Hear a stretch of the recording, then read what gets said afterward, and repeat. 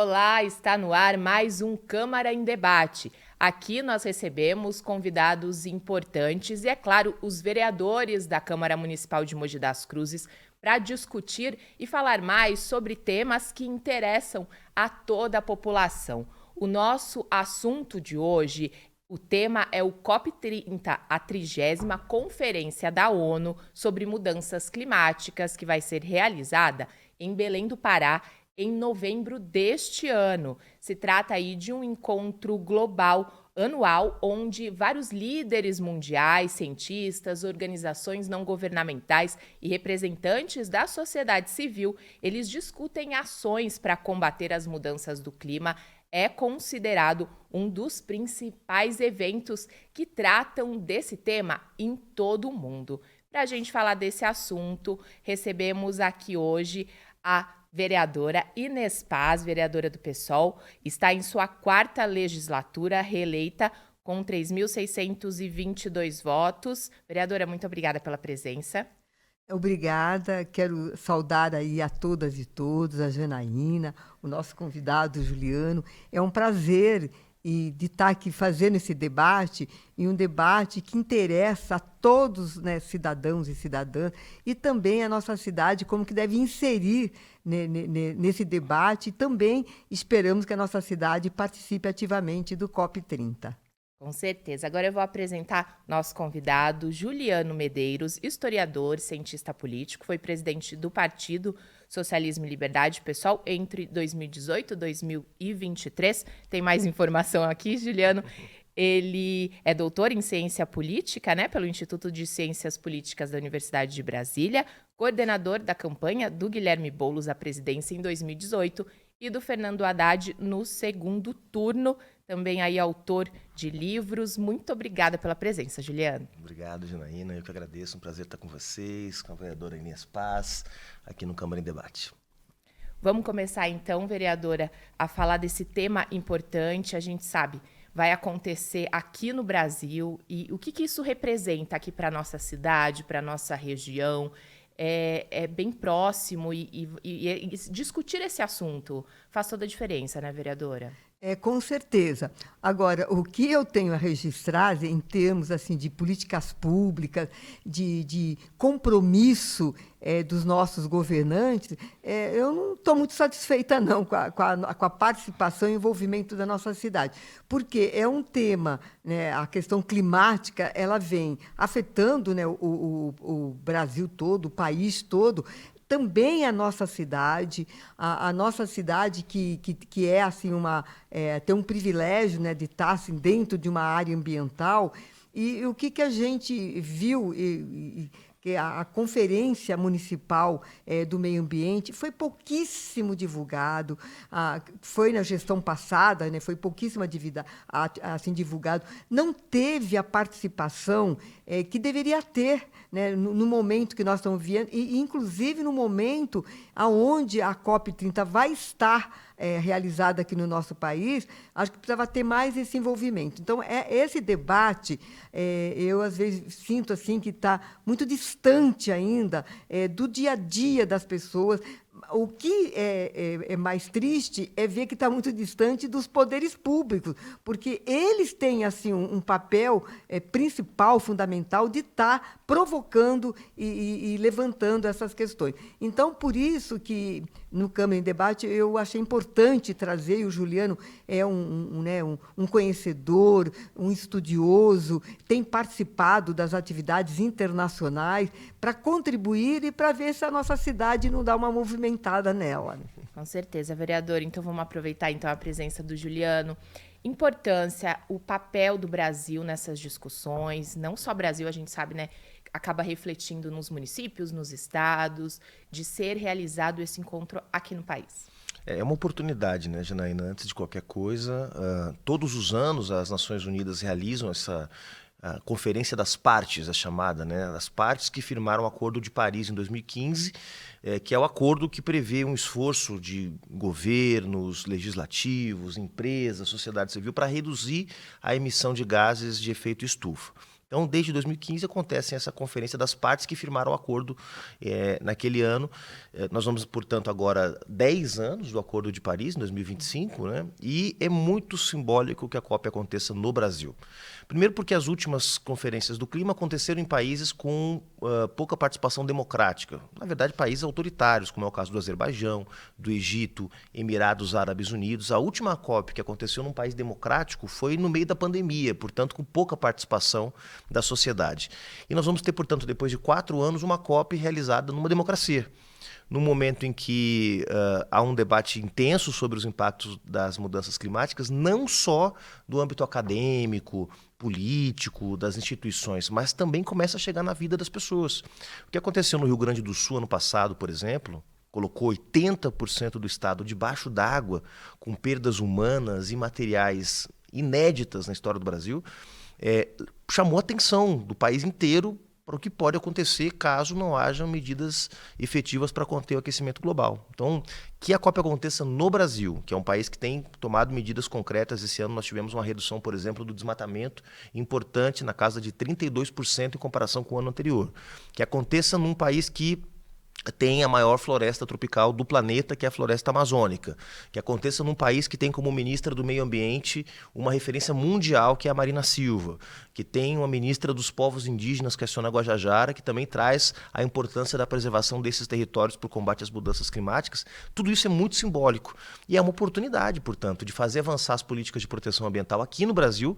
E principalmente, uma coisa que eu falava com a vereadora Inês aqui fora do ar, antes da gente começar, que é de traduzir esse debate para a vida real das pessoas, para que ele não fique apenas nas universidades, nas câmaras de vereadores, né? Mas que as pessoas comecem a refletir como que o tema ambiental diz respeito diretamente às suas vidas.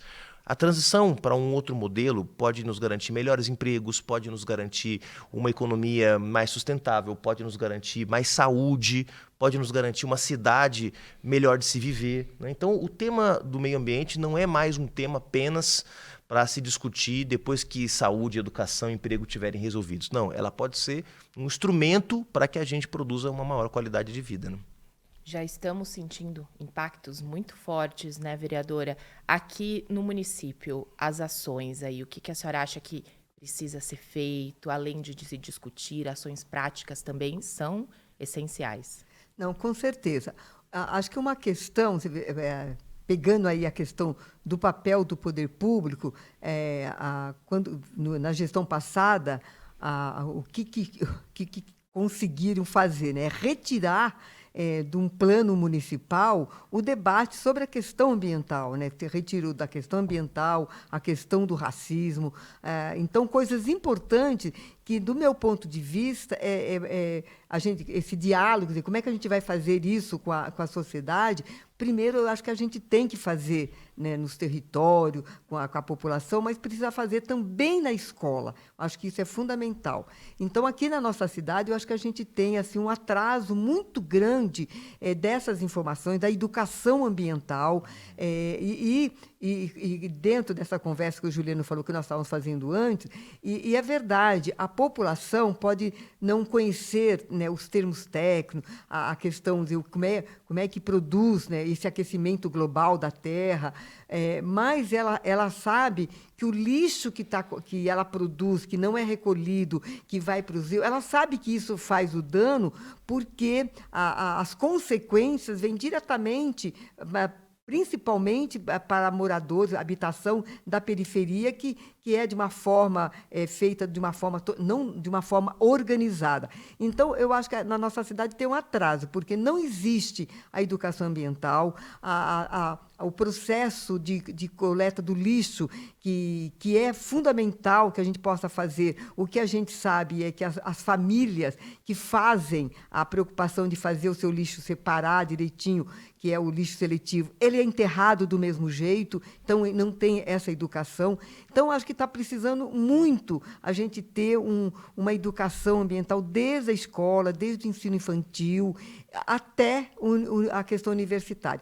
As universidades, que têm um papel bastante fundamental, mas eu acho que ela não tem trazido uma parceria muito forte para a gente fazer esse debate que é necessário fazer. Debate com a debate. principalmente para a população entender, né, os efeitos do meio ambiente e as políticas públicas que elas realmente precisam, né, que é a questão da habitação, que é a questão da coleta do lixo, que é a questão também do consumismo, né, de incentivar, por exemplo, a agricultura familiar, que na nossa região a gente tem uma área muito grande que não tem esse incentivo aí na agricultura familiar. E a gente sabe o quanto a agricultura familiar ela contribuiria para a questão aí de emissão de gases poluentes aí no nosso planeta, né? Com certeza. Juliano, vamos falar um pouquinho dessa questão da educação de base, que a vereadora, né, falou. É importante começar ali na escola, quando está aprendendo, essa consciência faz toda a diferença. Faz toda a diferença. Inclusive, esse ano aconteceu agora, poucas semanas atrás, a 5ª Conferência Nacional do Meio Ambiente, um espaço do governo federal que reuniu representantes da sociedade civil para ouvir as demandas e elaborar saídas para conter as mudanças climáticas no Brasil. Um dos eixos, a conferência tinha 5 eixos, um dos eixos era educação ambiental e governança, porque de nada adianta a gente ter as políticas mais modernas de combate às mudanças climáticas, como mencionou a vereadora, por exemplo, políticas muito avançadas para a área dos resíduos sólidos, para o saneamento, etc., se isso não for um compromisso de toda a sociedade, das indústrias, do poder público, dos cidadãos também e cidadãs. No caso de Mogi, eu acho que você tem um grande privilégio aqui, porque a cidade está integrada, né, a uma grande área de Mata Atlântica. Mogi é a 2ª cidade de São Paulo com maior área de Mata Atlântica no seu território. E nós sabemos que a vida nas cidades, tendencialmente, ela nos afasta da relação com a natureza, né?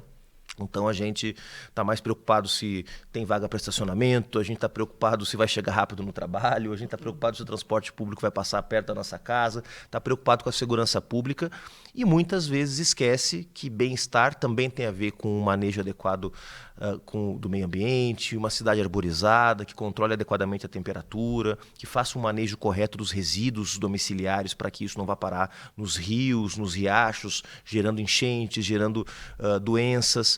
Então, vocês têm um grande privilégio aqui, que é de estar muito integrados à Mata Atlântica, né? Está muito perto da cidade. Então, isso poderia gerar um encurtamento dessa distância da vida urbana, né, com a relação com o meio ambiente, e é uma possibilidade, uma oportunidade incrível que a cidade tem, não só para as crianças, para os adolescentes, para os jovens, né, mas para a própria cidade como um todo, que a cidade possa se apropriar desses espaços da Mata Atlântica, né, para voltar a se enxergar como parte da natureza. Todos nós, Janaína, há mais ou menos tempo, tivemos nas nossas gerações anteriores, nossos pais, nossos avós, nossos bisavós, uma relação muito próxima com a natureza. Há 100 anos atrás, todas as cidades, você pisava no chão, você não pisava no asfalto, você pisava na terra, né? Você plantava no fundo de casa algum alimento que você usava, você criava galinha, você criava um animal em casa para consumo. Então, a relação com a natureza era uma coisa natural. E nesse último século, de uma história de 500 anos que nós temos no Brasil, nesse último século, essa distância entre a natureza e a vida urbana foi se ampliando. E ela não faz bem. Ela não faz bem porque todos sabemos que entre morar num bairro que não tem nenhuma árvore, com aquele sol escaldante do verão, e morar num bairro arborizado, todo mundo sabe que um bairro arborizado é melhor. A temperatura é melhor, há serviços ambientais que são prestados pela natureza, como, por exemplo, insetos. Ninguém gosta de mosquito picando a gente no verão, não é verdade? Pois bem, quanto mais árvores, mais pássaros. Quanto mais pássaros, menos insetos. É uma relação de equilíbrio ecossistêmico.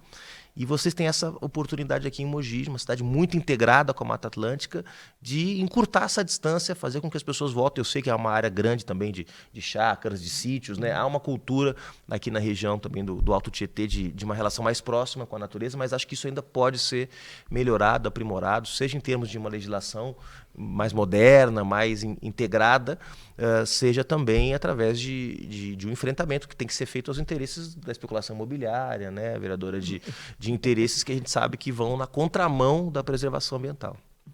Com certeza. Vereadora, vamos falar um pouquinho mais da questão do lixo? A gente sabe que aqui na nossa cidade, na nossa região, um problema antigo de aterros sanitários, de empresas, né?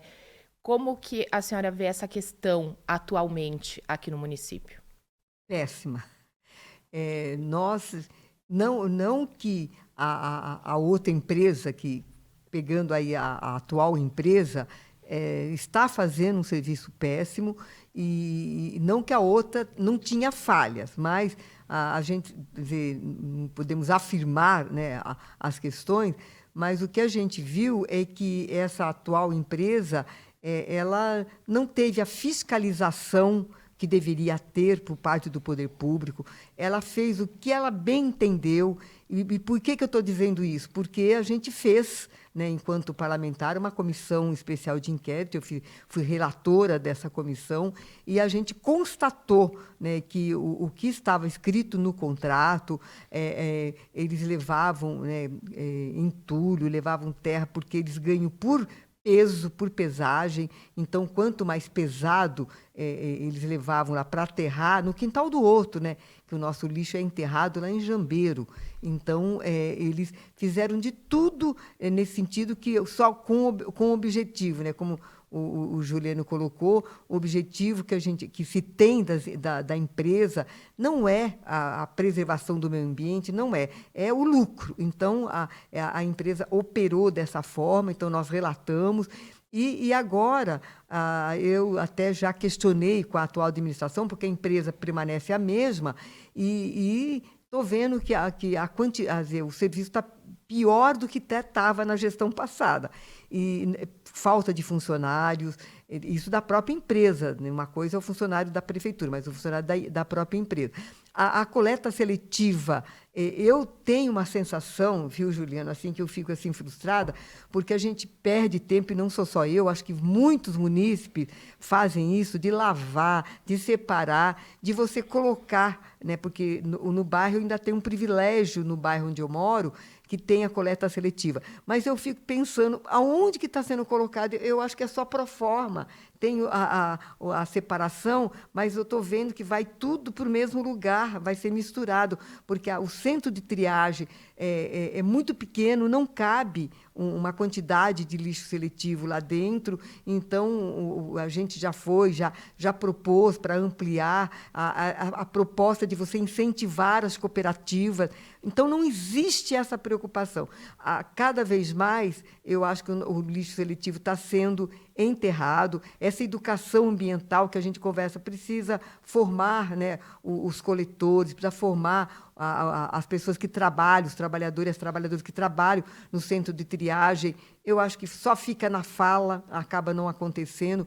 Então, eu vejo, assim, na nossa cidade, um retrocesso muito grande. Uma cidade que teria condições o Juliano falou na alta tecnologia do tratamento do resíduo sólido. A gente, Juliano, nós vamos conhecer, eu não tenho, talvez você tenha muito mais conhecimento, nós vamos conhecer lá no Paraná, não estou lembrada da cidade, um processo de transformar, né, o lixo em energia. A prefeitura não aproveitou, não estou vendo proposta nessa atual gestão, tudo bem que ainda está pouco tempo da atual gestão. Então, eu acho que é um atraso, não ampliou os bairros da coleta seletiva, aonde tem, acho que não está dando o devido tratamento. Então, não tem incentivo, não tem política para as cooperativas. Então, eu acho que ainda na questão do lixo, Mogi das Cruzes é uma cidade rica, que é a maior cidade aí tirando Guarulhos, mas do Alto Tietê, ela é a ponta de lança, ela está muito atrasada. E eu acho que a gente precisaria investir. Eu não sei o que a gente precisaria, precisaria até ver se o Juliano tem uma proposta de que, como nós, como parlamentar, a gente possa influenciar para que a gente tenha aí um investimento aí na questão do lixo seletivo, da coleta de lixo. Esse é um tema importantíssimo que a vereadora traz, porque quando a gente fala de resíduo, a gente está falando de várias coisas. Primeiro, dos padrões de consumo que nós temos, né? Há um estudo que mostra que se todo o planeta consumisse do jeito que os países ricos consomem, o planeta acabaria em muito pouco tempo. Porque é impossível manter esse padrão de consumo que Estados Unidos, União Europeia tem para todo o planeta, né? Você sabe que só entre China, Paquistão e Índia, nós temos metade da população mundial, em 3 países. Se nesses países houver um padrão de consumo como o dos países europeus e dos Estados Unidos, o planeta acaba, não há recursos suficientes para isso. Então, nós precisamos mudar nossos padrões de consumo. Esse é um princípio elementar. Se tudo que a gente consumir for plástico, se tudo que a gente consumir for resíduo, né, que fica no meio ambiente por tempo indeterminado, isso é insustentável. Então, acho que a primeira coisa é essa. Então, portanto, incentivar também um consumo mais racional. De tudo, gente. De roupa, de eletroeletrônicos, alimentação. Então, tudo isso tem a ver também com pensar fora da caixa, pensar um novo equilíbrio também de consumo. O segundo tem a ver com o que a gente faz com aquilo que a gente consome, porque a gente vai continuar consumindo, né? Vamos continuar produzindo produtos e que vão gerar resíduo. Os seres humanos geram resíduos e isso é incontornável. Como a gente pode lidar com isso? Primeiro, vendo no resíduo uma oportunidade, como a vereadora mencionou. Quer dizer, todo resíduo que não é orgânico pode ser reciclado. Isso é uma oportunidade de geração de renda, de redução da quantidade de matéria-prima que a gente precisa extrair da natureza. Então, se eu pego uma garrafa PET e reciclo essa garrafa, é menos petróleo que eu preciso extrair para fazer o plástico, para produzir novas garrafas. Isso é um princípio básico. Isso exige tecnologia. Isso exige ter empresas que façam a reciclagem, isso exige ter um parque industrial voltado para esse tipo de iniciativa, que ainda é muito pouco no Brasil. Tá? E o terceiro aspecto, então, além da reciclagem, com todo o incentivo, porque pode gerar empregos, pode gerar novas tecnologias, pode gerar oportunidades para quem não tem trabalho hoje, né? Ser catador e participar dos centros de triagem não é nenhum demérito para ninguém, é uma oportunidade de trabalho digno, decente. E o lixo orgânico, que muito pouca gente fala. Né? O que a gente faz com o lixo orgânico? O que a gente faz com o resto de comida? O que a gente faz? Porque a gente produz, né, naturalmente esse tipo de resíduo. Há um projeto de lei do deputado federal Ivan Valente para incentivar os municípios a adotarem políticas públicas. Isso é uma coisa, inclusive, vereadora, que a Câmara poderia pensar, poderia ser um projeto de lei, inclusive, aqui na Câmara, para pensar um plano municipal de gestão dos resíduos orgânicos, porque todo resíduo orgânico pode virar adubo, todo resíduo orgânico pode gerar receita para o município. O resíduo orgânico não precisa necessariamente ser jogado lá no aterro, ele pode ir para uma fábrica de biocompostagem, né, onde esses restos de alimentos vão ser compostados, vão gerar adubo que vai ser depois usado pela prefeitura no manejo das praças da cidade, no manejo dos jardins das escolas, no manejo... E o que sobra a prefeitura poderia, inclusive, vender para a demanda, porque existe demanda de insumos, né, agrícolas, principalmente no estado como São Paulo, que é uma potência, né, agroindustrial, e o estado de São Paulo está comprando insumos da Rússia, da China, em dólar, encarecendo o preço dos alimentos. Então a gente pode baratear, olha só o que nós estamos falando, podemos baratear o preço dos alimentos, porque produziríamos insumos aqui, adubo no Brasil, então poderíamos gerar uma nova indústria de produção de bioinsumos baseados na natureza e a gente resolveria o problema do resíduo orgânico. Quer dizer, é uma coisa absolutamente possível, há estudos já nesse sentido, há experiências bem-sucedidas no mundo. O que falta é vontade do poder público, é investimento, né? Óbvio que parte desse investimento tem que ser do Estado, porque nem sempre o empresário vai querer colocar um dinheiro num projeto desse porque não quer tomar risco, ou porque tem medo que isso demore muito tempo para ter retorno. Os empresários querem o lucro, é óbvio. Mas, inclusive, desse ponto de vista, pode ser um bom negócio. Mas quem tem que dar o primeiro passo é o poder público. Tem que ter políticas de incentivo a biocompostagem, né? Isso poderia, como a vereadora muito bem sabe, servir para incentivar também a agroecologia, a agricultura familiar, barateando custos de produção e tornando a agricultura orgânica mais competitiva. Hoje, claro que entre uma grande plantação de um grande fazendeiro e uma plantação familiar, a do fazendeiro vai ser mais barata, porque planta com larga escala, isso barateia os custos de produção. Mas o alimento saudável mesmo, é o da agricultura familiar. Então, como é que eu barateio o custo da agricultura familiar? Barateando os custos de produção, dentre eles os insumos que podem ser feitos a partir de resíduos orgânicos. Então, veja como essa ideia de economia circular, onde uma coisa alimenta a outra, ela é fundamental para a gente pensar a transição.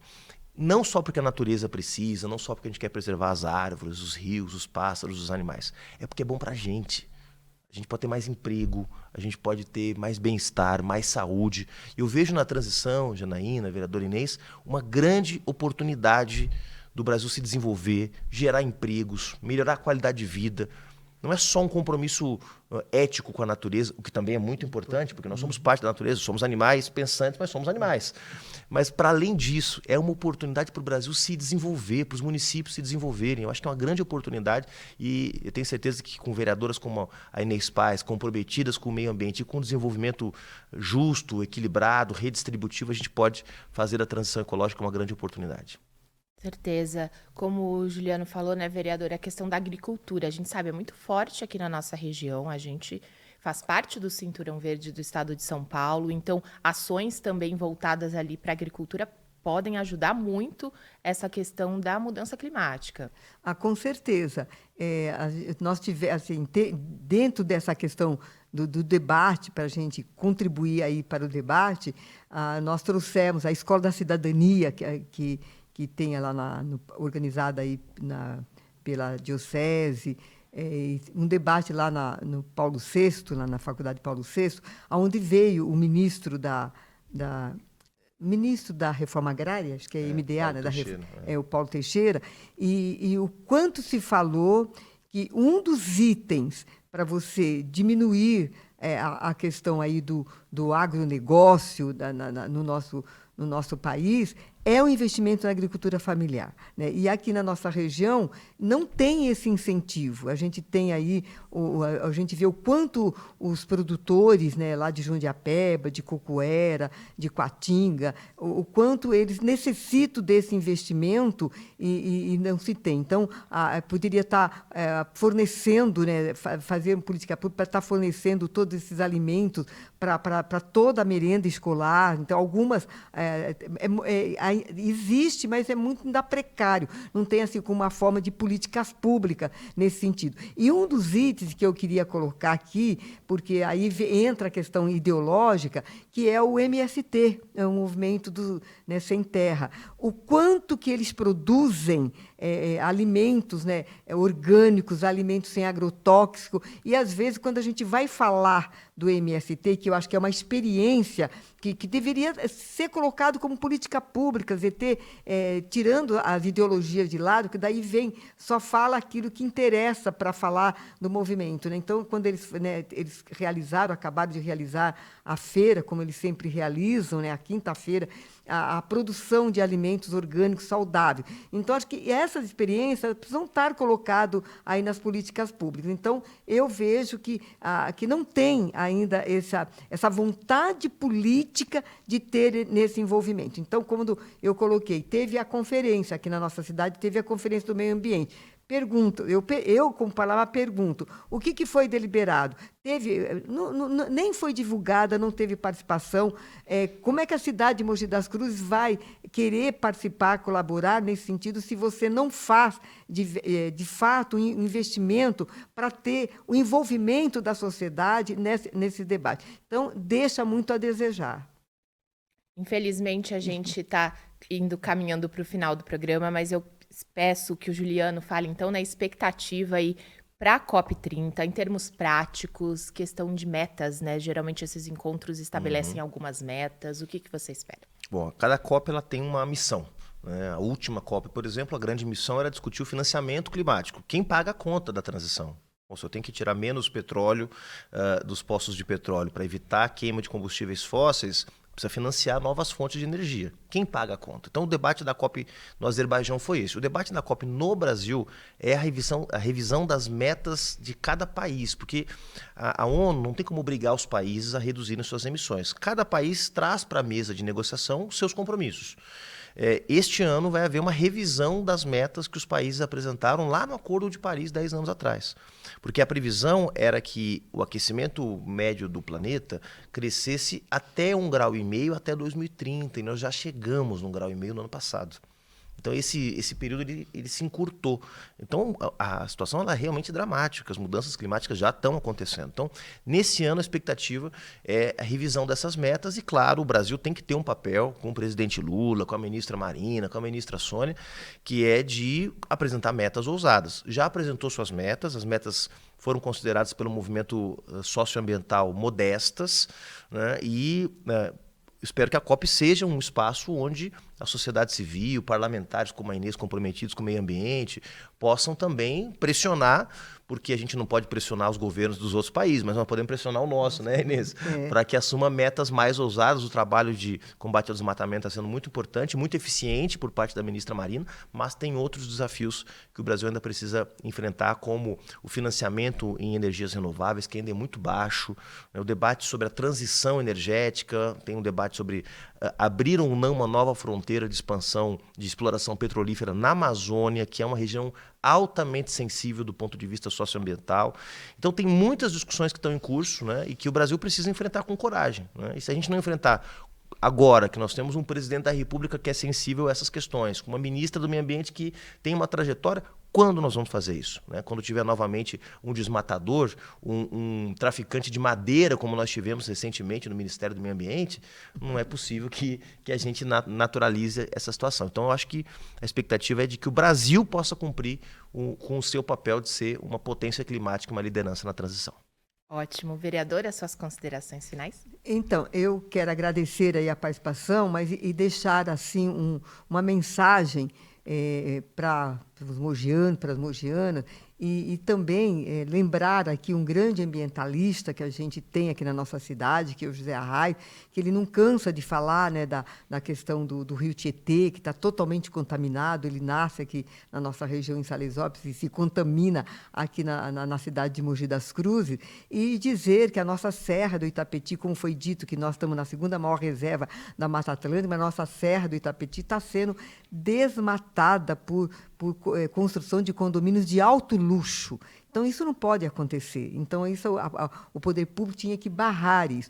E nós vamos continuar incentivando aí a educação ambiental, fazendo que ele volte no plano municipal de educação. Eu estarei na COP, vou participar da COP, e quero representar Mogi das Cruzes e dizer que tem alternativa, gente. Nós não está de ter alternativa, mas nós vamos superar esse sistema político organizativo que está no nosso país. A gente precisa de uma outra sociedade, uma sociedade que realmente está preocupada aí com o ser humano na sua maioria.